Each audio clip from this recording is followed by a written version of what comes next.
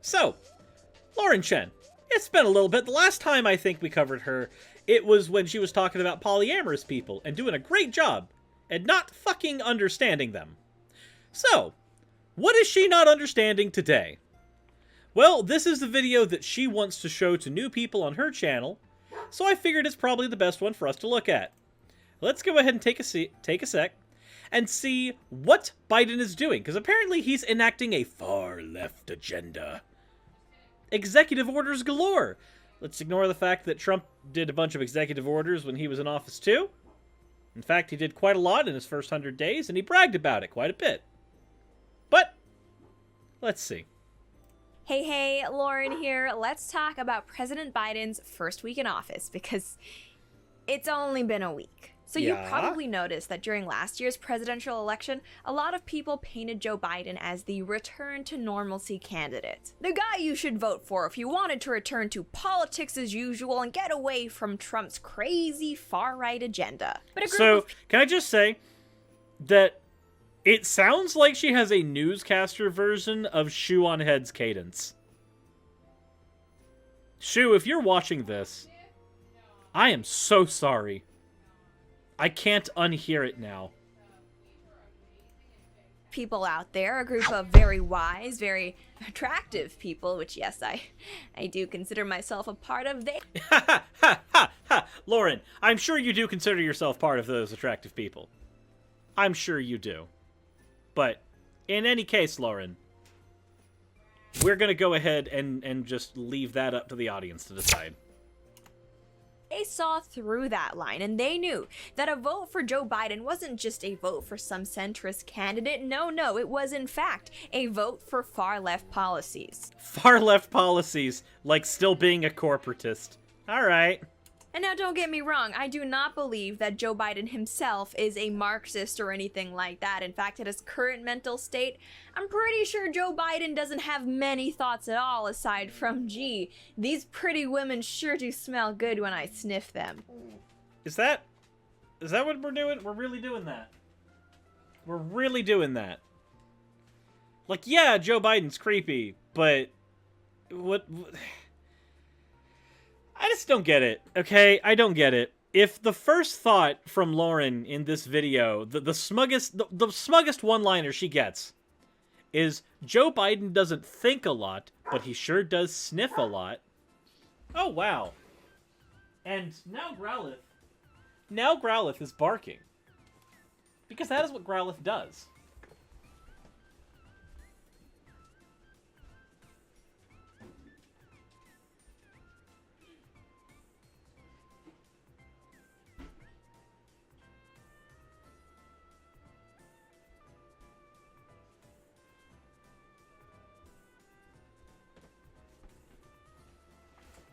Okay. Growlithe has been taken out.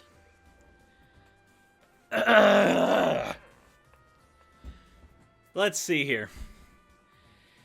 Attractive in a Junji Ito sense? You know what? Let's go ahead and see what Lauren Tomie Chen has to say next. No, instead, I just think that Joe Biden is exactly the type of puppet placeholder president to let himself get bullied by the far-left factions of his party into signing executive orders that most Americans, if asked directly, would not support. Actually, so, Lauren, what's funny is that most of the stuff that Biden's doing, most Americans have supported. Like, affordable healthcare, stuff like that. Like, a lot of that stuff actually polls really well with modern standard Americans. It doesn't work if you just talk to random ass people and then edit them into your clips, but it does work when you look at polling data. So that's what we're going to be doing in this video, looking at all the terrible things that Biden has signed into action in just his first few days as president, things which, by the way, I doubt the mainstream media will do a good enough job communicating to the public because, let's face it, they're pretty much acting as state-run propaganda at this point. So, yeah, this is not an untrue bit of evidence, but here's the thing, Lauren, the mere fact that mass media right now is basically not the best at painting what happens with the administration in a proper light does not suddenly mean, as I'm sure you're going to try to imply, that you and others at Blaze News are doing a better job, because you're not. First up, let's talk about immigration. Now, a lot of President Trump's... I don't think you should talk about immigration, Lauren. I don't think this is a good topic for you.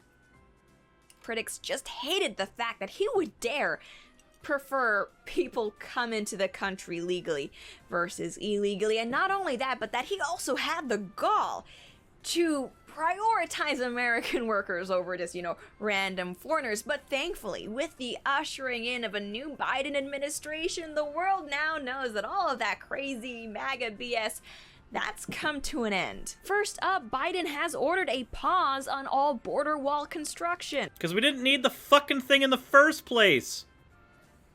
Literally, all we were doing was saying we didn't like brown people, and we put up a wall to stop them from coming in.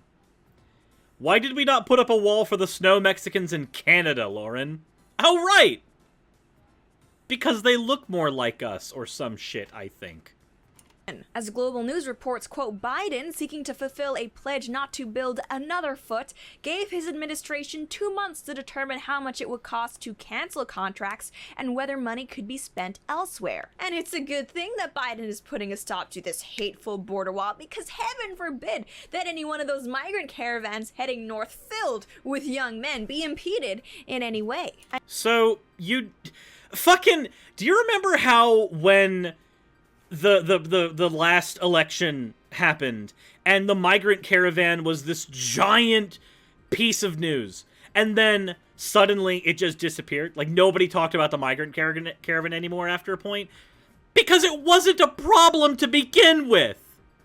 And then, coincidentally, another conversation about a migrant caravan happens when Trump is potentially going to get out of office, because only Daddy Trump can save us from the migrant caravan.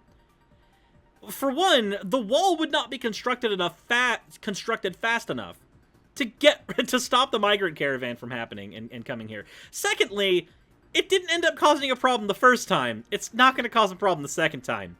People come to this country. What the fuck is magical about this country that makes it to where when they come here, they suddenly will be the most horrible people?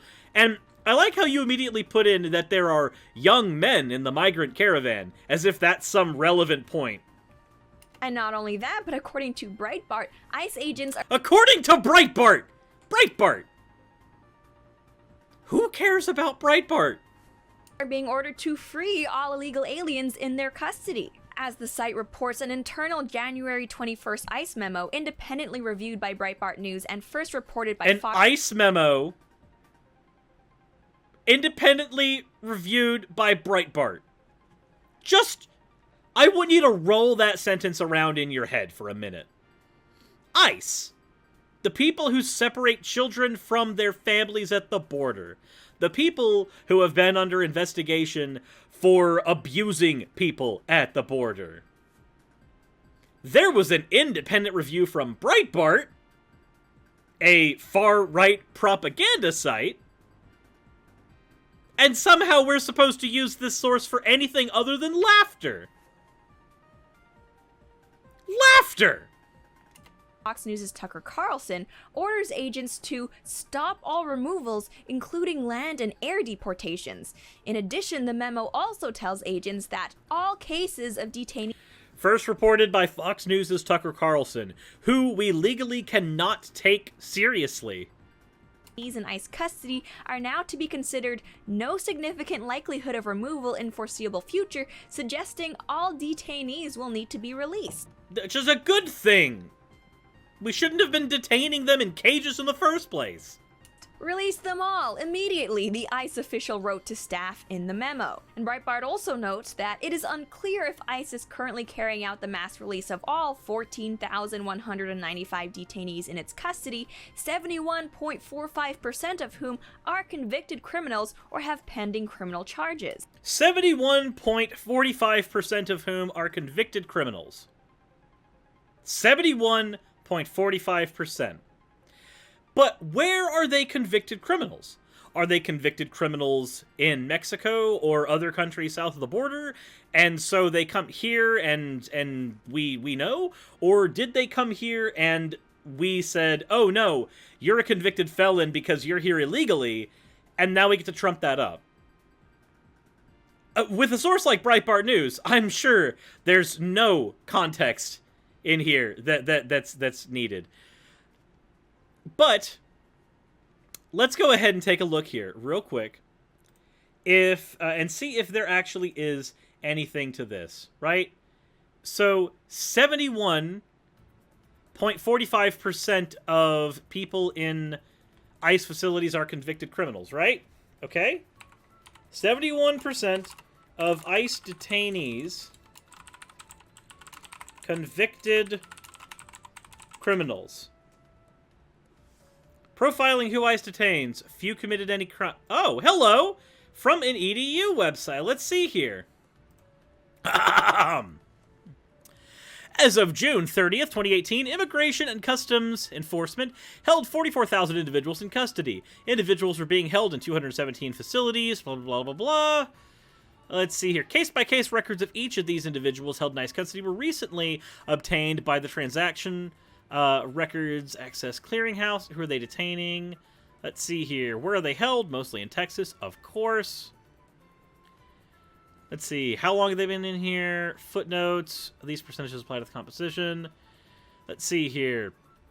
Many individuals had stayed at a relatively short period of time. 41% stayed in ICE for 30 days or less. At the other extreme, a sizable number of individuals have been here for over 6 months.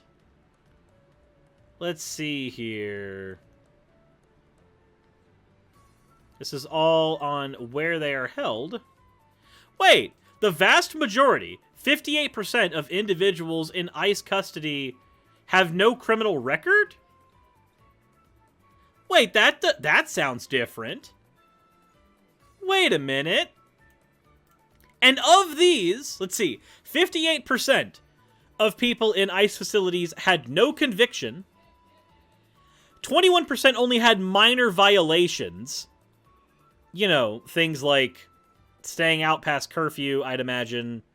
Like, little shit. 16% of these are serious crimes, though even that's not very well defined, and then we have another 5%. So, on your Breitbart source, 71.45% are convicted criminals and have pending criminal charges. One, I'm sure, I could be wrong, but if they have pending criminal charges, does that mean that they are convicted criminals? No. You have, or they have pending criminal charges. Well, what's the actual statistic here? Because according to this, which granted, this is a little older, this is from ICE, 2018, I don't think that those numbers would have skewed any more, at least not in a major way, in 2 years. Secondly, more importantly, what's the actual divide between convicted criminals and pending criminal charges? Because if it's like, oh, well, 10% are convicted criminals and the other percentage of that are pending criminal charges, and then they end up getting off, then you only have 10% of these people being criminals.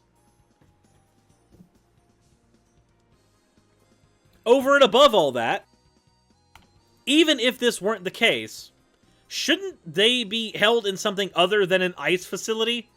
Shouldn't they be held by our prison system or our jail system instead of a tailor-made concentration camp? Aren't there better ways to do this?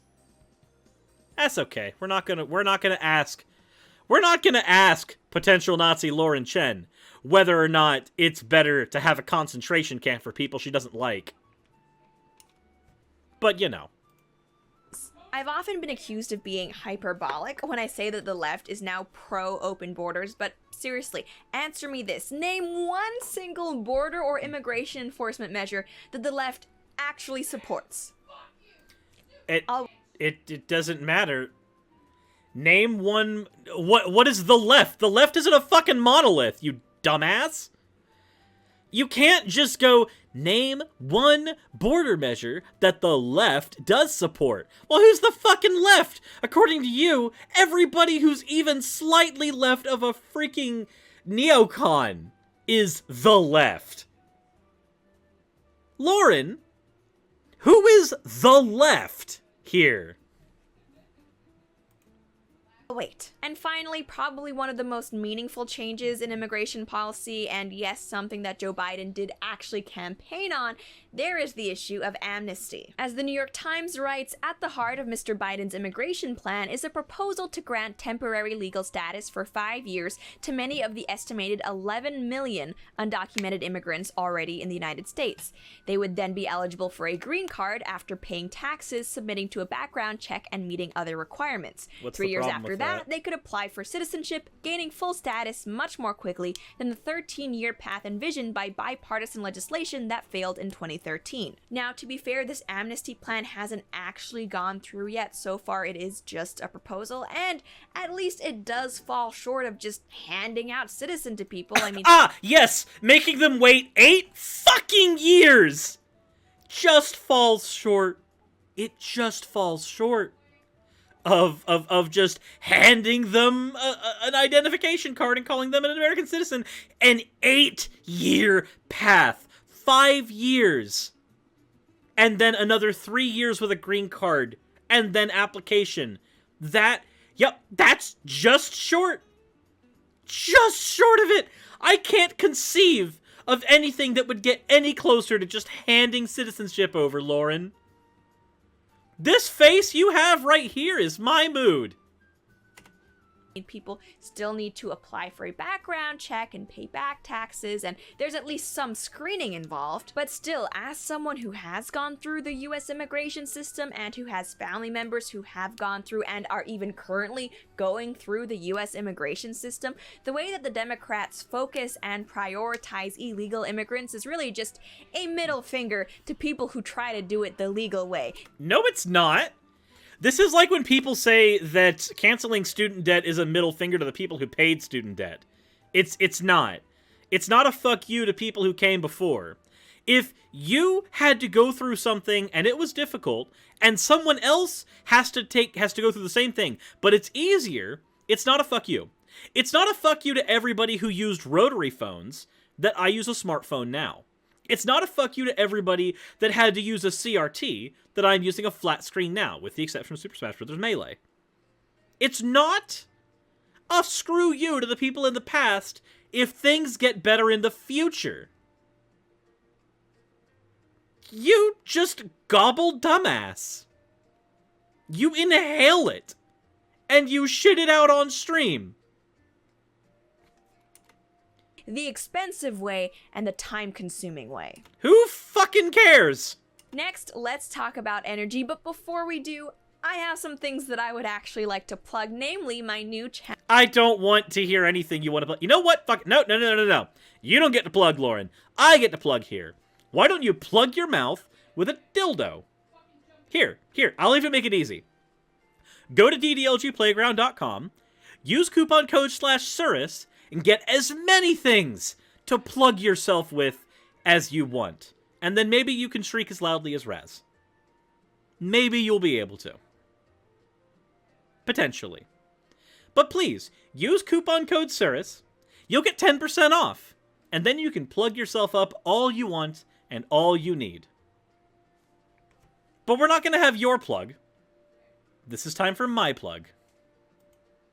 Channel Mediaholic. If you Nope. And we just listed a bunch of new products. Like Nope. our new strawberry soap. I don't care about your soap. Driving your car, heating your home, or heck, even just administration's new energy Fuck your policies soap. may not be good news. Biden has suspended new oil and gas drilling permits on federal land, and as was look at the fucking typo.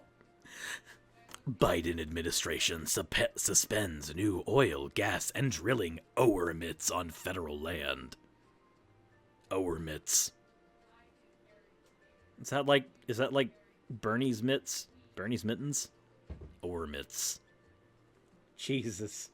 Biden has suspended new oil and gas drilling permits on federal land, and as was promised, the administration has also revoked the permit for the Keystone XL pipeline. As Breitbart notes, in doing so, Biden killed some 11,000 direct jobs that the pipeline's construction was to have created, and an estimated 60,000 indirect jobs in secondary related industries. Yeah, and that is an issue.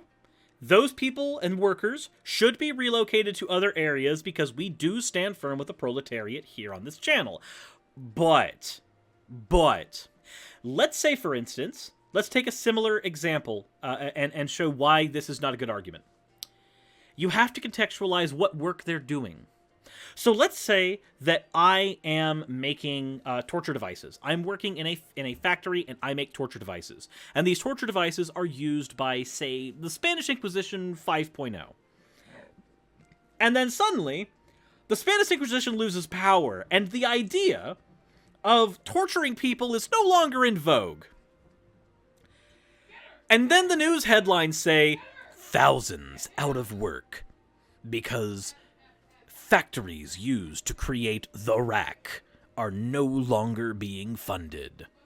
Thousands of workers will be put on the streets. And yes, that's a problem. But was it not a bigger problem that they were making fucking torture devices? You have to actually think about what job they were doing. If they were doing a job, and mind you, as was just pointed out by my chat, this was a temporary job. The Keystone Pipeline was a construction job, which means it was temporary. This was a thing you were going to do, and then you were not going to do when you were done. This does impact people, and it is bad that they are going to have to deal with financial hardship.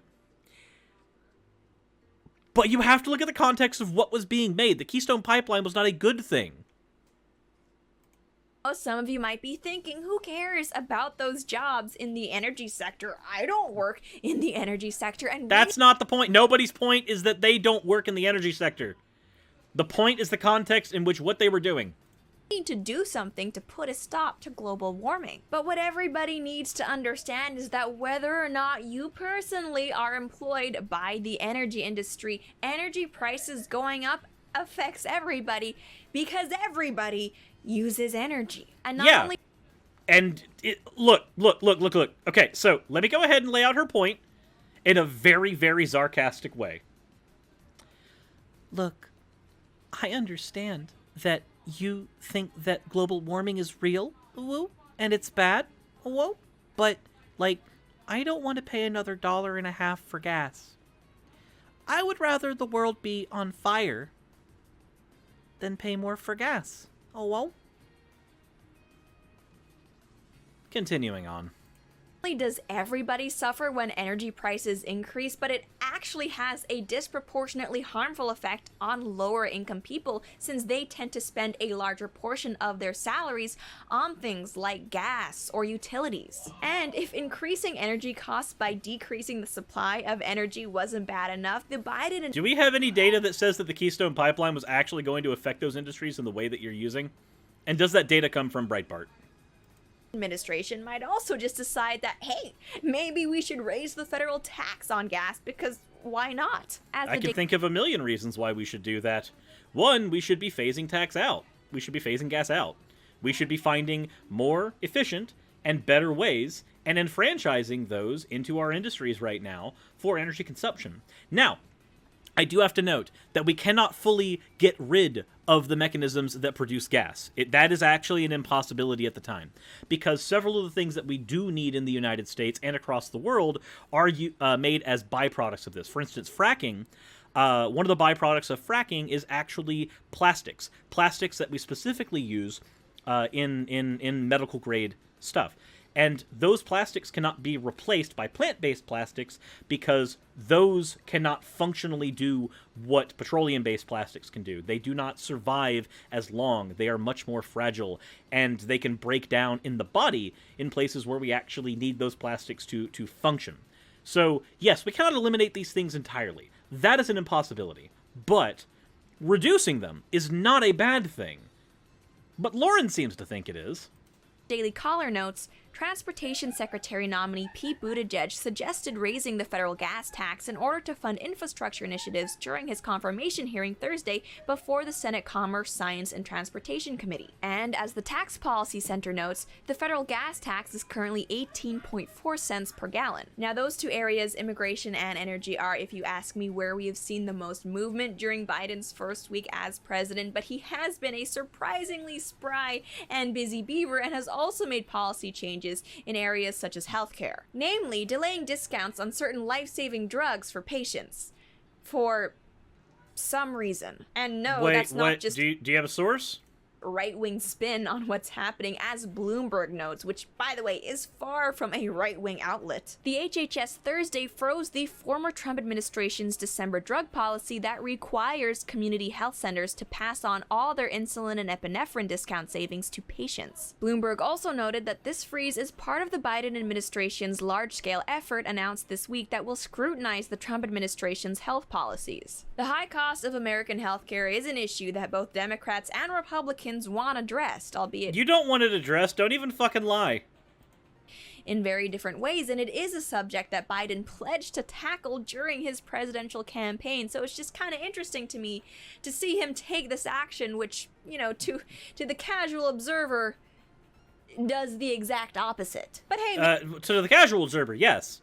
I'm sure it does. But why don't we actually look for context? That could probably be a very useful endeavor here. So... Here. Did Biden freeze policy that would discount insulin? Biden administration, USA Today, go away. Block? Fucking allow ads, I guess. Oh, god damn it. You know what? Nope, we're not using you. Fuck you. Fuck you.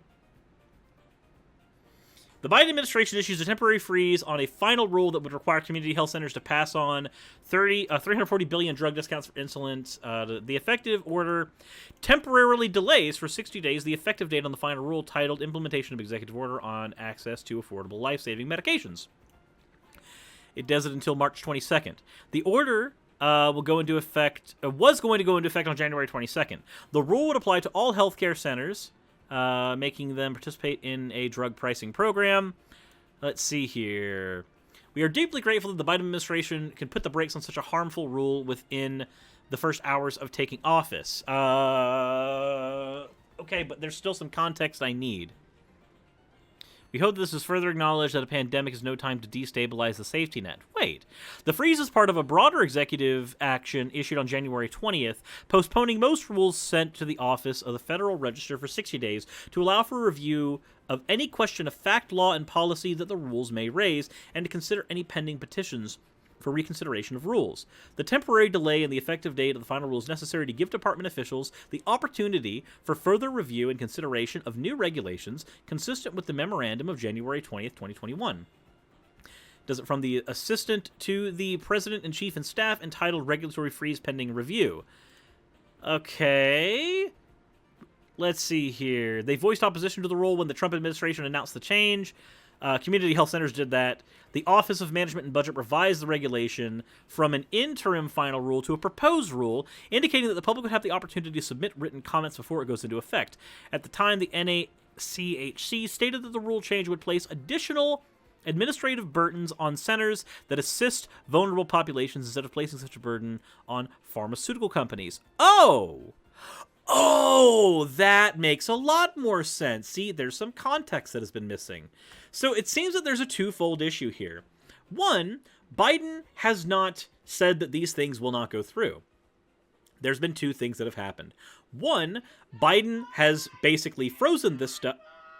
Jesus, Raz is loud. But Biden has frozen this stuff in order to make sure that there's no extra fluff in those bills.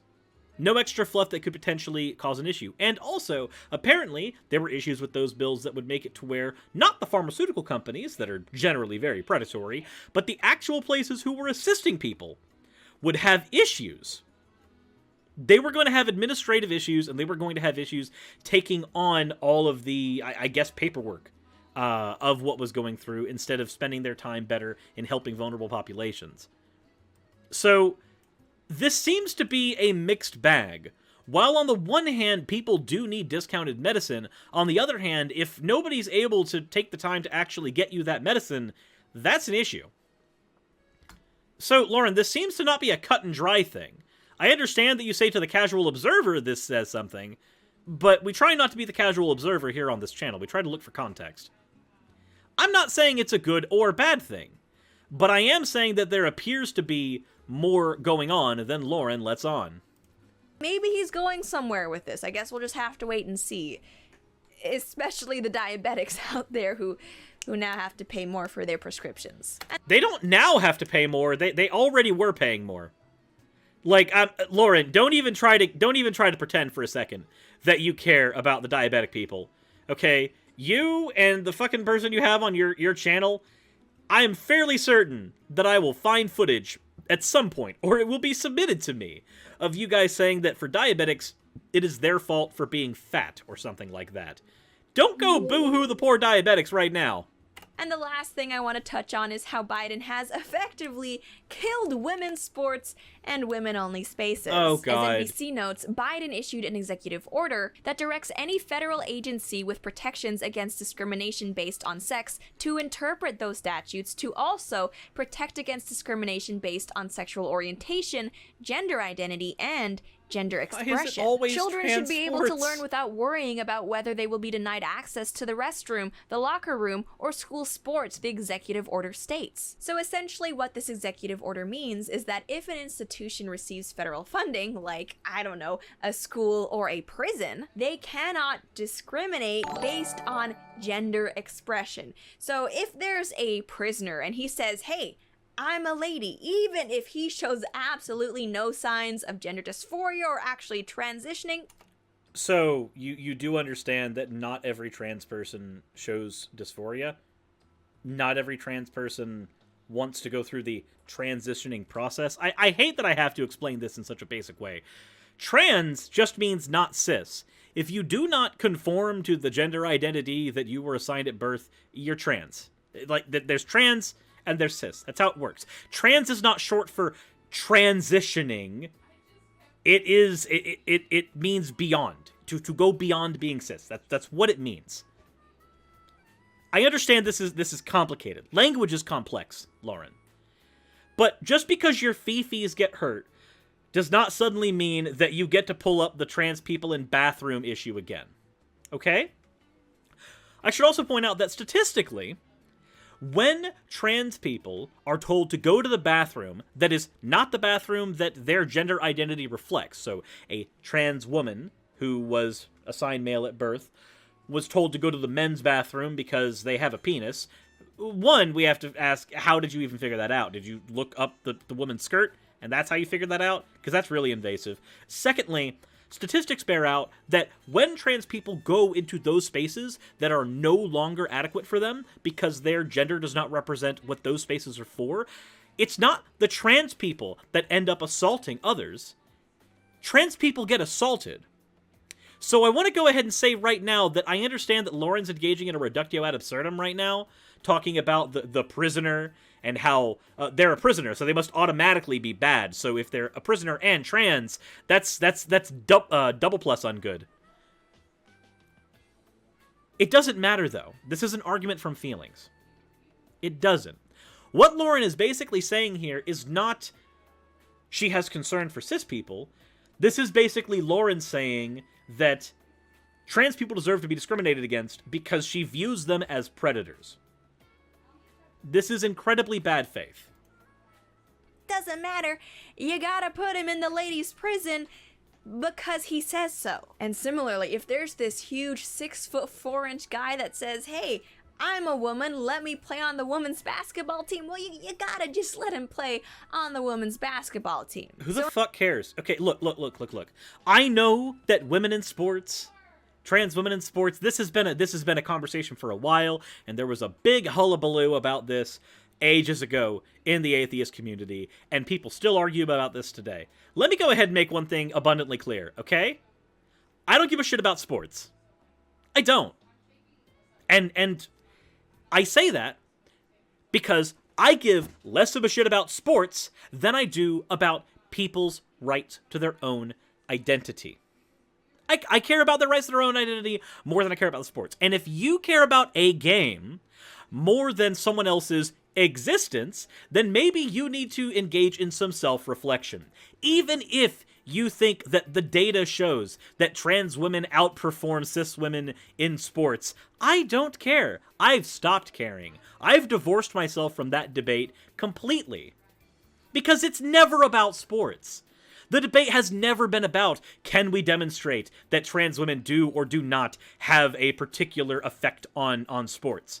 It's always been about, how can we marginalize trans people and do it in a way that doesn't sound transphobic? That's what it always has been, that's what it always will be, and there are some good faith people who actually do care about sports that got roped into the conversation, but the conversation began with transphobia. So I'm ending it on transphobia. I'm done with it. And if you're still engaging in the trans women in sports conversation, shut the fuck up. Shut the fuck up. It's done. You're done. Nobody cares about it. And the people who do shouldn't. So in the future, don't be surprised if men's sports and women's sports end up both just being played by men, although in the women's sports category, played by men who identify as women. This is just transphobia. This is just transphobia. We're just ending the video on transphobia. There's 50 seconds left. This is going to be the part where she plugs her merch and all that other shit and says, please subscribe to my channel. We're not doing it. We're not doing it. We're not playing any more of it. We've ended on transphobia. We're done. We're done, Lauren. We're done. That face? That face is a mood. And we're done. So, now that we are done with Lauren Chen, what did you think of the video? Please let me know in the comment section below. And if you enjoyed, please let me know. And at the same time, please do me a huge favor. Go ahead and hit the like button, hit subscribe, hit the bell notification icon. Please go in the description below. You can see links to my Patreon, ways to support me, and the affiliate links mentioned before in the video. All there. If you want to support me in what I do, those are the best ways to do it outside of sharing my videos with other people. But with that said, let the conversation continue forward in the comment section below. And as always, everyone, insert end of video tagline here.